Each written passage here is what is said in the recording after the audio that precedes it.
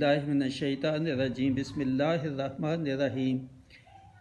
سورۃ اسراء یا بنی اسرائیل کی ابتدائی جو آیت ہے جس میں اسراء اور معراج کا ذکر ہے، اس کا بیان ہوگا۔ آج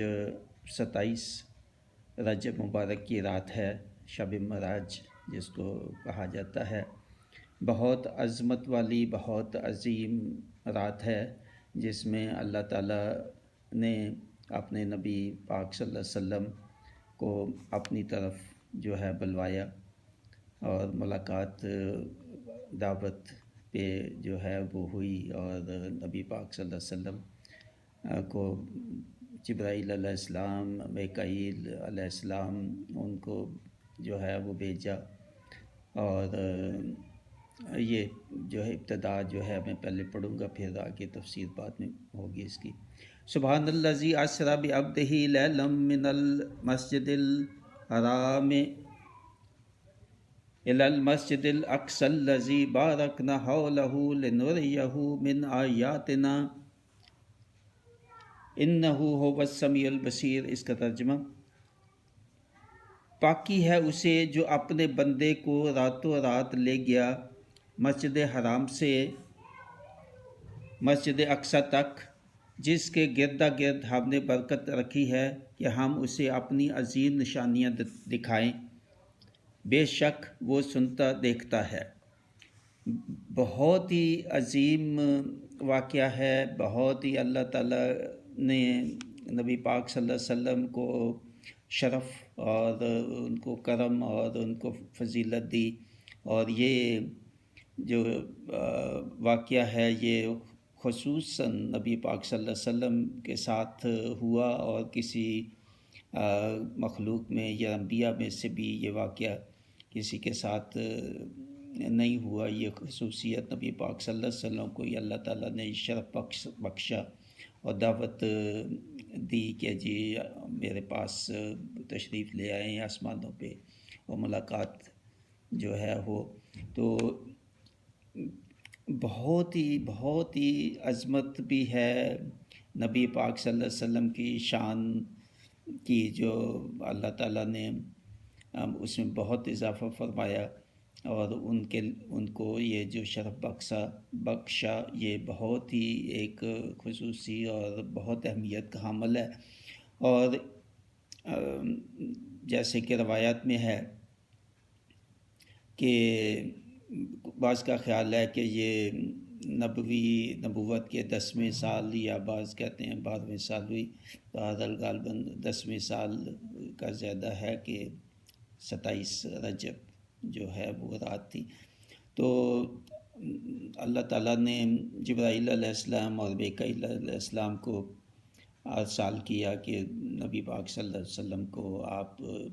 لے کے تو یہاں تشریف لائیں۔ تو یہ قرآن کی یہ پہلی آیت جو سورہ اسراء کی ہے، اس میں یہی بتایا کہ راتوں رات لے گئے مسجد حرام سے مسجد اقصی تک، یعنی مسجد حرام یعنی کعبۃ اللہ سے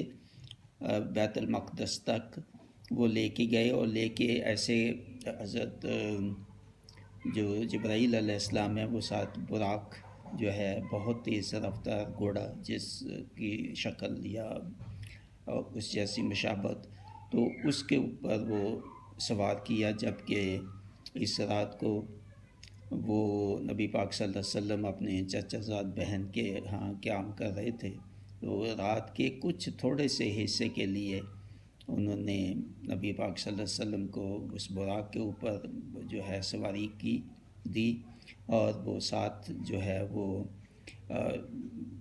چند لمحے تھے یا بہت ہی کم وقت میں جو وہ بیت المقدس میں پہنچے۔ یہ پہلا مرحلہ تھا یہ سفر کا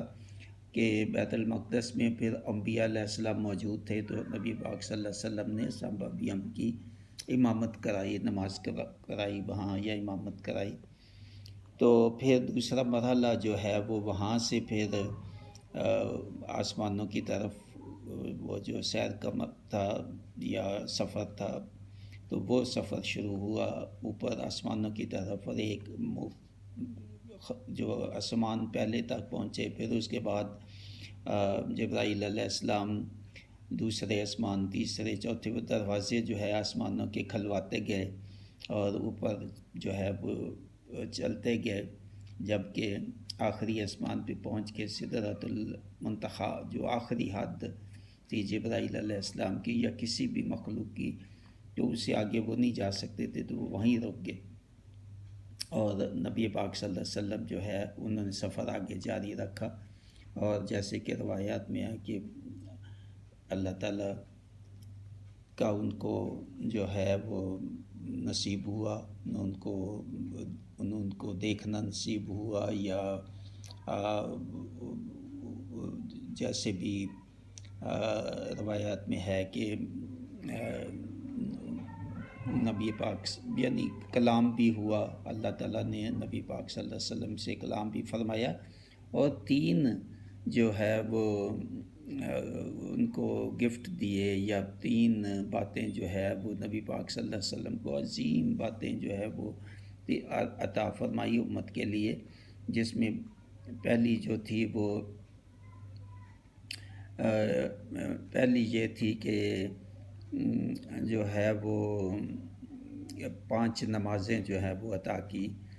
کہ یہ امت کے لیے۔ اس میں بھی پھر آگے روایات ہیں کہ پہلے 50 تھیں، پھر کم ہوتی گئی، تو پھر جو ہے وہ آخر 5 تک بات جو آئی۔ یہ بھی ایک اللہ تعالیٰ کا جو ہے وہ بڑی آسانی ہم امت کے اوپر ہوئی، نبی پاک صلی اللہ علیہ وسلم کی طفیل جو بار بار جو ہے انہوں نے کم کرنے کا کہا، تو 50 سے 5 جو ہے نماز فرض، یہ پہلا یہ تحفہ ہمارے لیے۔ اور دوسرا جو ہے وہ سورہ بقرہ کی جو آخری 2 آیات ہیں، بہت مبارک، بہت عظیم اور بہت ہی برکت والی، اور ان کو پڑھنے سے، ان کو سمجھنے سے جو ہے انسان کو بہت برکتیں اور ثواب اور گناہوں کی معافی اور بہت معاملات اپنے اس میں جو ہے اس کا حل ہے۔ بہت ہی فضیلتیں ہیں ان 2 آیات کی، ان کو پڑھنے کی، ان کو سمجھنے کی، بہت عظیم وہ وظیفہ بھی ہے، وہ بہت عظیم ذکر بھی ہے، اور وہ اور اس کے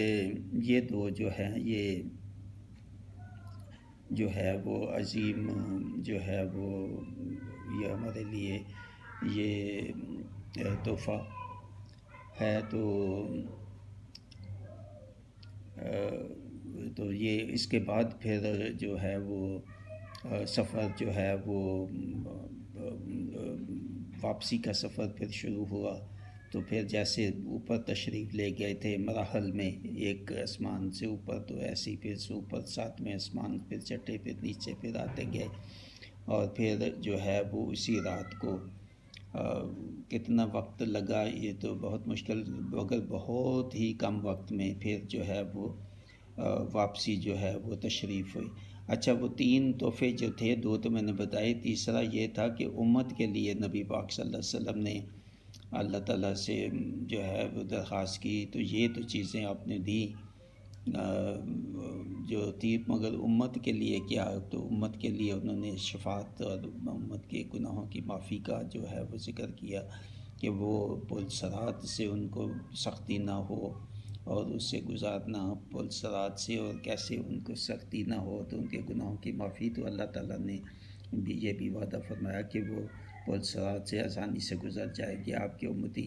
اور گناہوں کی بھی ان کی آسانی پیدا کی جائے گی، ان کی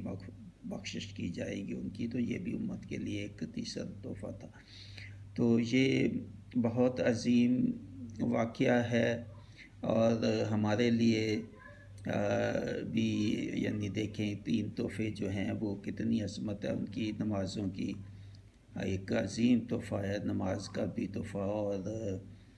دوسرا یہ سورہ بقرہ کی جو آخری آیات ہیں، اور پھر شفاعت نبی پاک صلی اللہ علیہ وسلم کی اللہ تعالیٰ کا وعدہ کرنا کتنی بڑی چیز ہے، کتنا بڑا تحفہ ہے، کتنی عظیم ہمارے لیے نبی پاک صلی اللہ علیہ وسلم نے یہ جو ہے وہ